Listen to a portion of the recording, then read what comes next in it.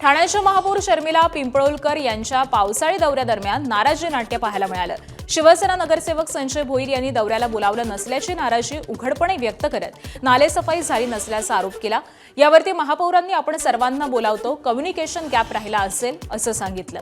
तसंच नालेसफाई 80% झाली आहे, मात्र मुंब्रा भागामध्ये सफाईनंतर दुसऱ्याच दिवशी पुन्हा कचरा टाकला जातो, त्यामुळे नागरिकांनी काळजी घ्यावी असं आवाहन महापौरांनी केलंय।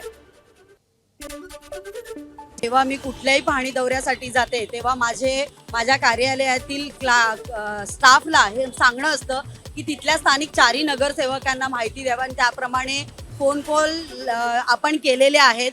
पण काही ठिकाणी कधी कधी फोन कॉल्स उचलले गेले। आज मी माझ्या यांना सांगितलंय स्टाफला की जर एखादा नगरसेवकांनी फोन नाही उचलला तर तुम्ही लगेच त्याच्या याच्यावर मेसेज टाकत जा, कारण मला असं वाटतं की ज्या ठिकाणी आपण पाहणी दौरा करायला जातो तर निश्चितच तिथल्या नगरसेवकांना माहिती असणं जरुरी आहे। नालेसफाईच आपण मुंब्र्यापासून स्टार्ट केली की जेणेकरून नालेसफाई स्वच्छ झाली पाहिजे, कारण मुंब्र्यातच एवढा मोठ्या प्रमाणात नालेसफाईचा विषय असतो, त्यामुळे मी घेतानाच नालेसफाई तिकडून घेतली होती।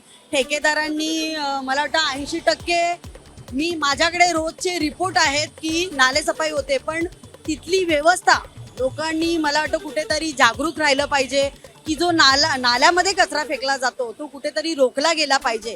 कारण तुम्ही बघाल की आज जर नालेसफाई झाली तर तुम्हाला उद्या 2 दिवसांनी पुन्हा तेवढेच नाले भरलेले दिसतात। तर मला वाटतं मुंब्र्यातल्या आपल्या सर्व नागरिकांनी थोडंसं जागरूक झालं पाहिजे आणि हा जो कचरा आहे तो आपल्या कचरा कुंडीतच टाकला पाहिजे, ना करून नाल्यांमध्ये फेकला पाहिजे।